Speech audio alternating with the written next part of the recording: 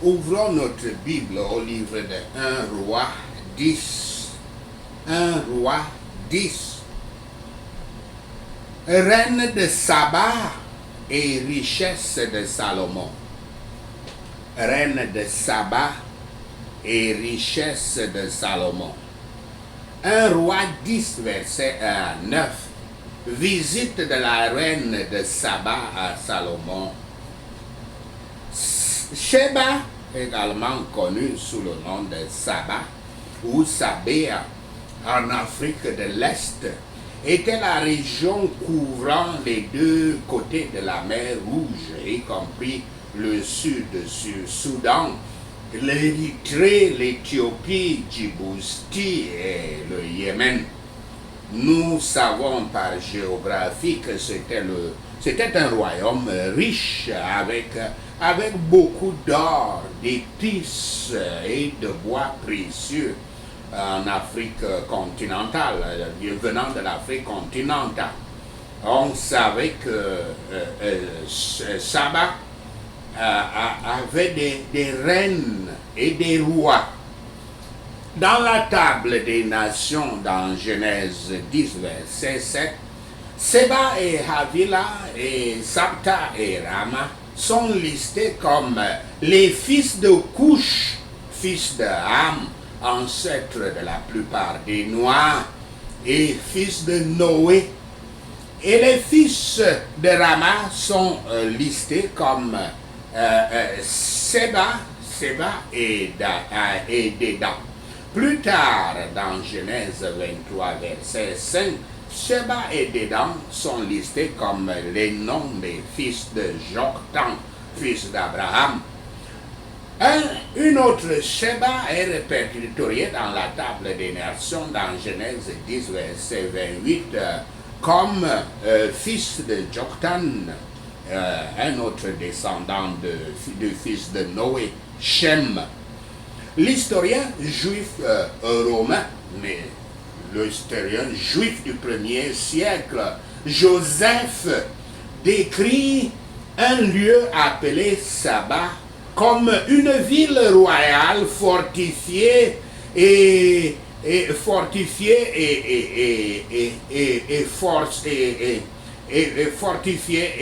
solide d'Éthiopie.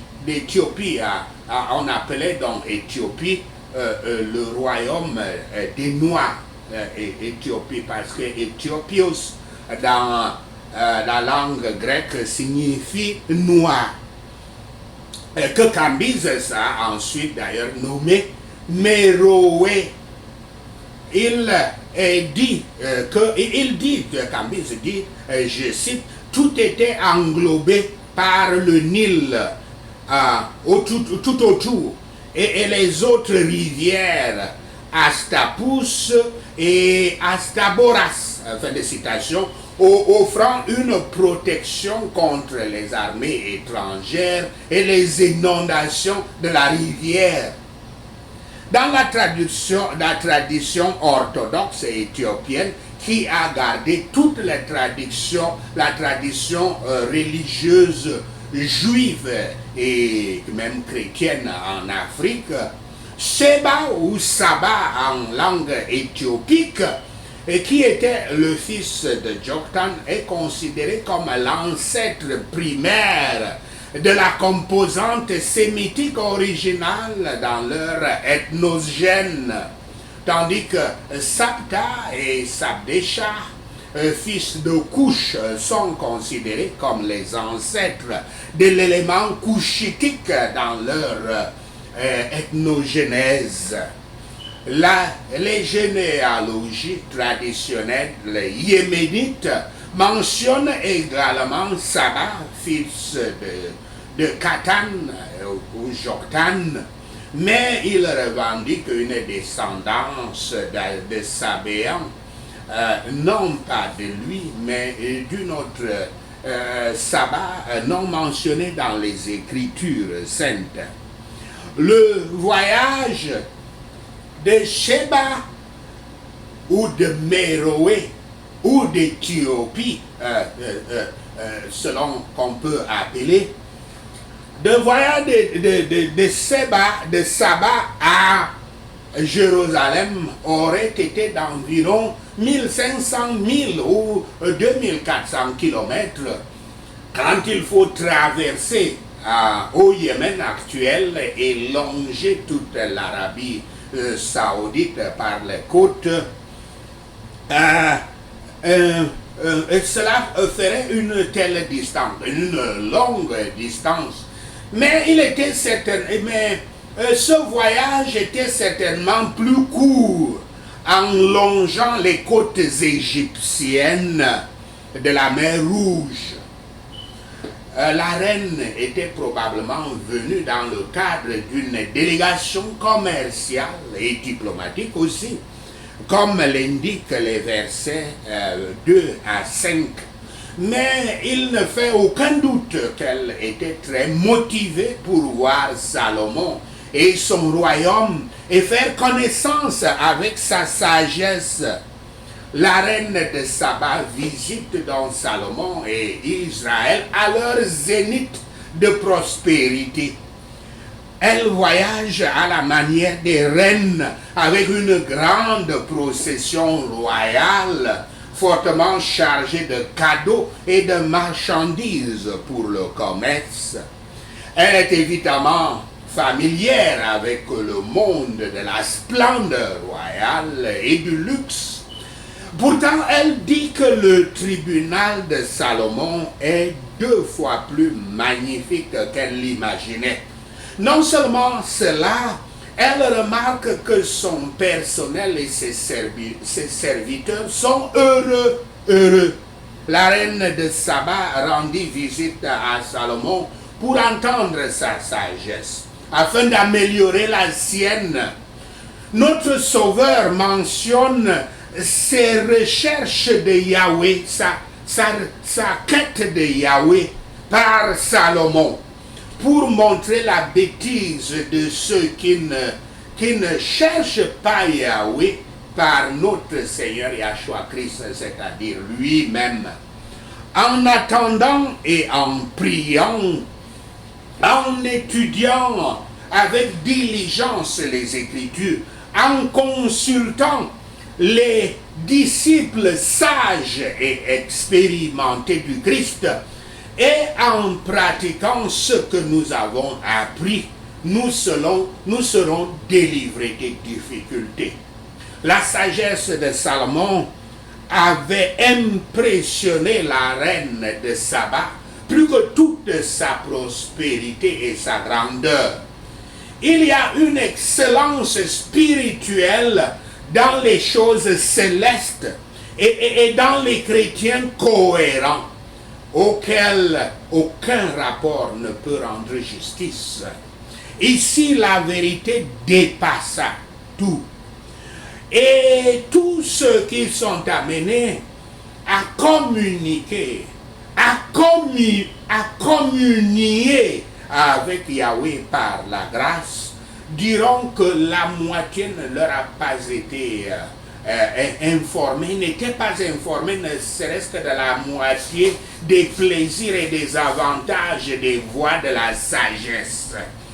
Les saints glorifiés, beaucoup plus, diront du ciel que la millième partie ne leur avait pas été racontée quand ils étaient sur terre.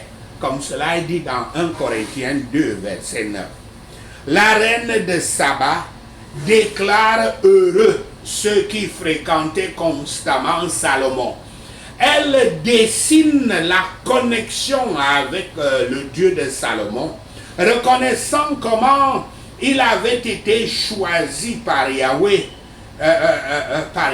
La réaction de la reine de Saba à la bénédiction de Salomon et d'Israël par Yahweh est un exemple de ce que Yahweh voulait faire pour Israël sous les promesses de l'ancienne alliance. Yahweh avait promis à Israël que si les Israélites l'obéissaient, il les bénirait si énormément que le monde remarquerait et rendrait gloire à Yahweh pour Israël. Comme cela est dit dans Deutéronome 28, versets 1 à 10. Car le monde entre guillemets, est représenté ici par la reine de Saba.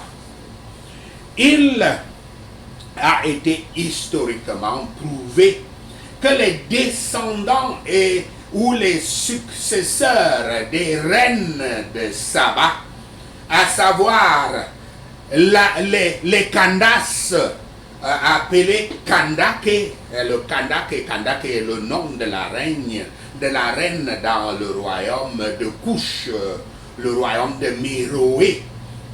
Kandake est comme l'autre nom cousin égyptien, le nom Pharaon qui veut dire le roi. Et dans le royaume de Couche à Méroé, dans son développement de Méroé, Kandake, c'était le nom de la reine. Comme les Candaces avaient donc transformé leurs citoyens en adorateurs de Yahweh par la connaissance de la loi et des prophètes. Et par le Christ, comme nous le voyons, un ministre des Finances de Kandake était l'un des premiers convertis au christianisme juste après la mort du Christ dans Acte 2, versets 26 à 40. La région de Saba en Afrique de l'Est connaissait les Écritures avant la venue du Christ et avait ensuite été christianisée avant les Romains. Rappelons-nous que l'empire de Aksum, une continuation de l'empire de Couche.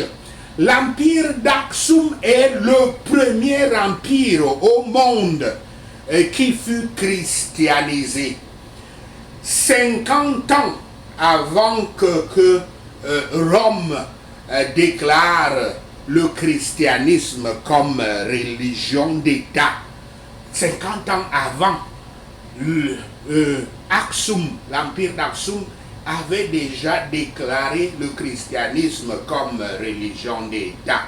Et souvenons-nous que pour arriver là, les Romains avaient persécuté les chrétiens d'une manière horrible, d'une manière tellement sanguinaire pendant 4 siècles, du 1er au 4e siècle, jusqu'à l'arrivée de l'empereur Constantin.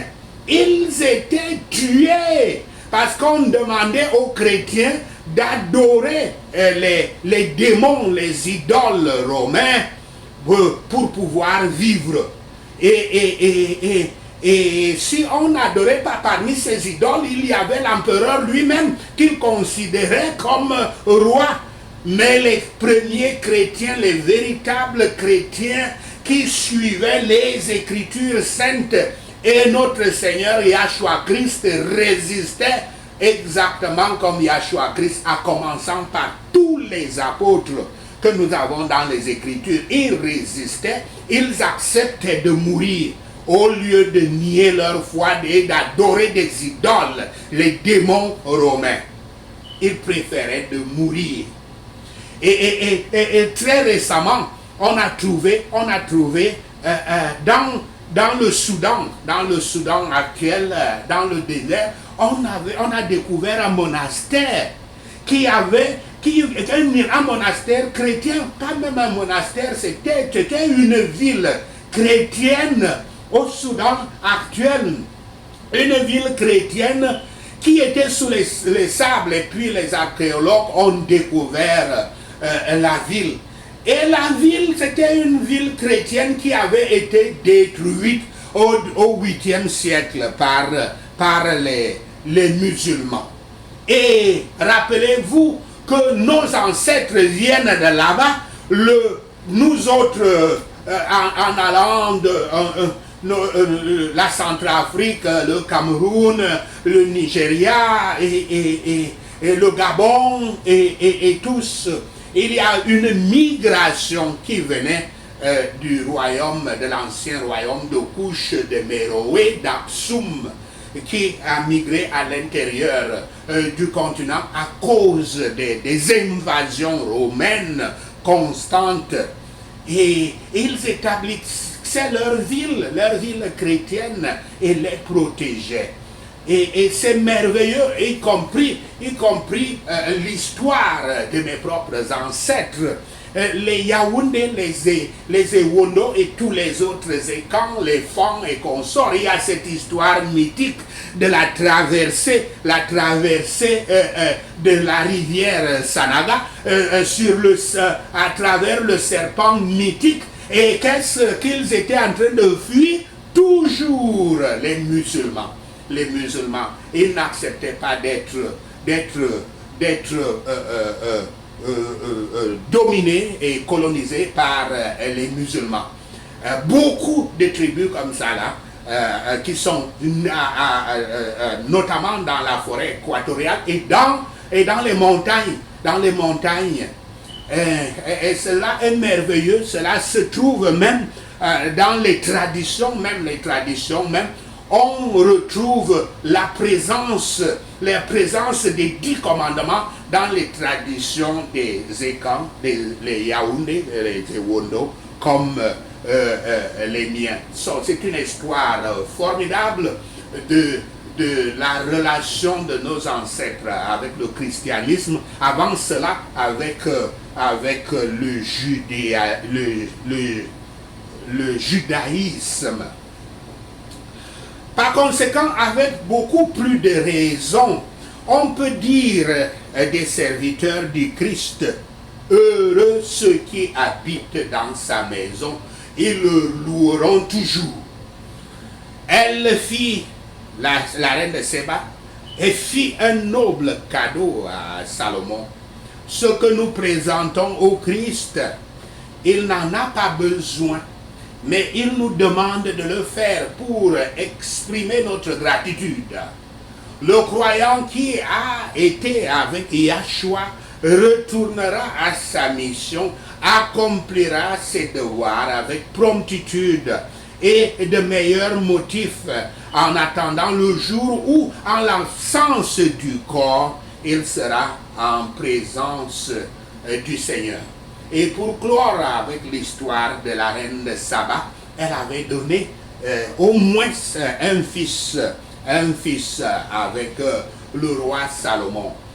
Et c'est ce fils-là qui justifie la parenté entre les Égyptiens qui, eux, qui ont observé jalousement cette tradition de la religion juive et chrétienne. Cette zone a conservé cela jusqu'aujourd'hui avec des monastères bien connus en Éthiopie. C'est ça qui justifie donc les Israélites de cette partie qui sont acceptés par l'Israël actuel, qui est différente de l'Israël des Écritures. 1 Roi 10, verset 14 à 29, la richesse de Salomon. Salomon augmenta ses richesses. On comptait l'argent comme rien. Je veux dire le minéral, l'argent était compté comme rien. Telle est la nature de la richesse mondiale. Beaucoup de choses la rendent moins précieuse. Beaucoup plus la jouissance des richesses spirituelles diminuera notre estime de tous les biens terrestres. Si l'or en abondance fait mépriser l'argent, la sagesse, la grâce et l'avant-goût du ciel, qui sont bien meilleurs que l'or, ne rendent-ils pas l'or moins estimé? Voyez dans la grandeur de Salomon l'accomplissement de la promesse de Yahweh, et que cela Que cela nous encourage à chercher d'abord la justice du royaume de Yahweh.